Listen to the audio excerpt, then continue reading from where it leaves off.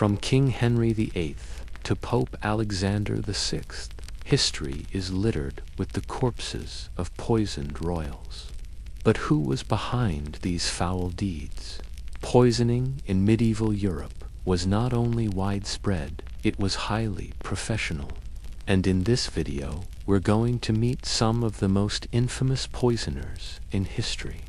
You may know the name of one of them, but we doubt you know much about their gruesome work. So stick around until the end to find out how this infamous medieval poisoner made their living and who they worked for. We begin our list with the infamous poisoning of England's King Henry VIII. His death in 1547 came after a reign of just under 38 years and the demise of two of his wives. In fact, Henry had been married 6 times, which tied the record at the time for the most marriages of any European monarch. But 2 of those wives died under suspicious circumstances. Jane Seymour died from complications following the birth of their son, the future King Edward VI, while Catherine Howard met her end on the executioner's block after being found guilty of adultery. But some historians believe that both women were actually poisoned by one man, Thomas Bridges. Bridges was a well-known figure in Tudor England, although he went by several different aliases during his life.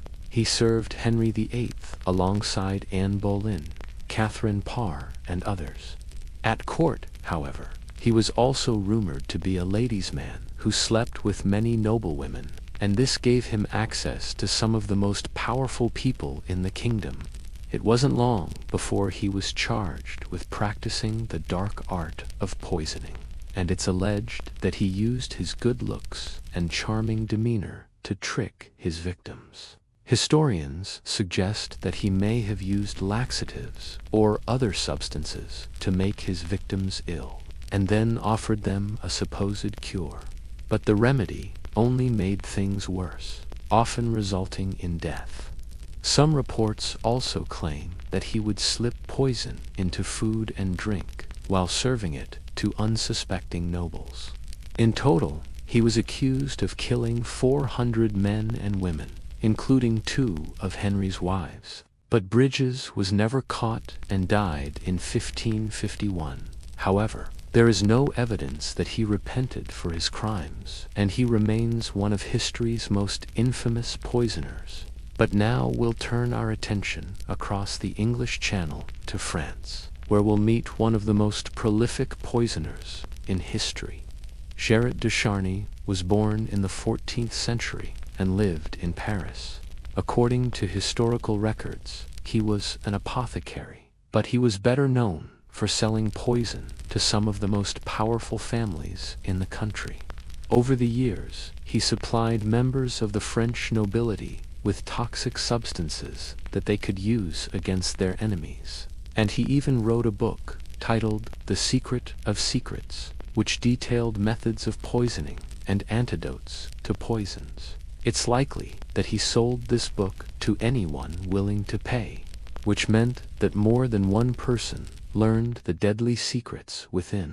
One of the reasons that he was so successful was that he was always careful to supply enough antidote along with the poison so that his customers could easily cover their tracks. Unfortunately for Charny, he was eventually caught when authorities found his secret book and arrested him. He was sentenced to death, but managed to escape twice before finally meeting his end.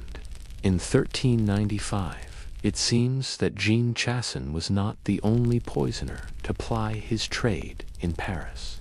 A few decades later, a woman named Isabella of the Rue St. Severin was doing a brisk business in poisons as well. She earned the nickname the Beautiful Poisoner because of her good looks and deadly wares. Her specialty was creating poison-tipped lace that she would then sell to jealous lovers and scorned women. Her customers would simply place the lace around the neck of their target, at which point the poison would be absorbed into the skin and kill them. To make sure that her poisons were as deadly as possible, Isabella tested them on prisoners first. However, it wasn't long before she was caught as well. She was eventually brought to trial and executed in 1575, but not before confessing to over 400 murders. As we've seen, it seemed like anyone could become a poisoner in medieval Europe. All it took was a little creativity and a lot of nerve. Nowhere was this more true than in Italy, where we'll now meet one of the most famous poisoners in history. Born in the 16th century, Giulia Tofana became known as the poisonous barber of Italy. Like many others on this list, she used her beauty to get ahead. Men loved her looks and intoxicating personality, which allowed her to get close to wealthy merchants and nobles. Once she was close enough, she would slip poison into their food and drink, killing them and stealing their money. Unlike other poisoners, though, Tofana didn't limit herself to a single victim. Instead, she built up quite an enterprise, which included several accomplices. These accomplices would help her case even further, as it allowed her to poison entire families and make it look like an act of God. After all, if everyone in the household was dead, who was going to suspect a wandering poisoner? In all, it's estimated that Tofana killed between 600 and 800 people, but she was eventually caught and sentenced to death by the Spanish Inquisition in 1676. While France and Italy were hotbeds for poisoners, Germany was no exception. A poisoner named Johann Jacob Schmidt made a name for himself in the early 19th century. Known as the Bluebeard of the Black Forest, Schmidt claimed to be a healer and helped people with various ailments, but he also offered something else, a way to commit murder without getting caught. His method was simple. He would give someone a poison that made their skin appear blue, leading people to believe that they had been killed by a mysterious illness rather than foul play. His services were in high demand, and he earned quite a bit of money poisoning people in the region. But eventually, Schmidt's luck ran out, and he was caught. He confessed to killing more than 700 people and was executed in 1802. But for our next poisoner, we'll head south to Spain, where the infamous Borgia family was making a name for themselves in the 15th century. This family wasn't involved in poisoning per se, but they did develop some extremely poisonous foods. Cesare Borgia was a member of the infamous Borgia family, and he rose to prominence under his father's Pope, Alexander VI, who was the head of the Catholic Church. As a cardinal, Cesare traveled all over Europe and frequently stayed at expensive inns. However, he soon grew tired of staying at these establishments and began looking for something better. Soon he started renting out entire castles and filling them with beautiful women, delicious food, and fine wine. But there was something strange about these feasts. They were deadly. Anyone who ate or drank at Borgia's table was killed, and the poison was almost undetectable. As a result, he earned the nickname Poison King.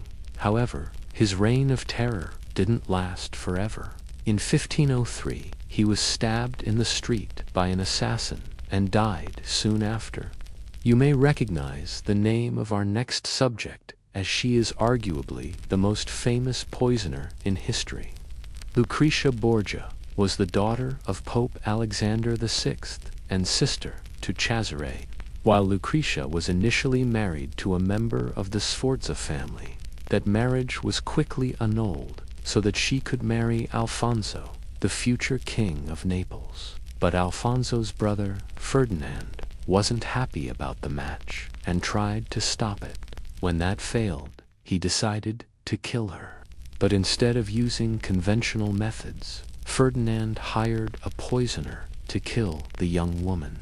Unfortunately for him, the poisoner backed out of the deal at the last minute, and Lucretia survived. However, she wasn't out of the woods yet.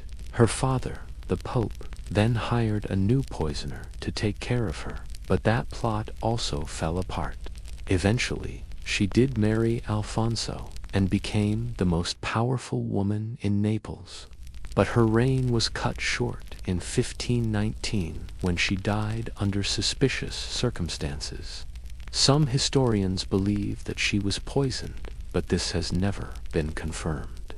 If you enjoyed this video and want to learn more about the dark side of history, stay tuned for more content.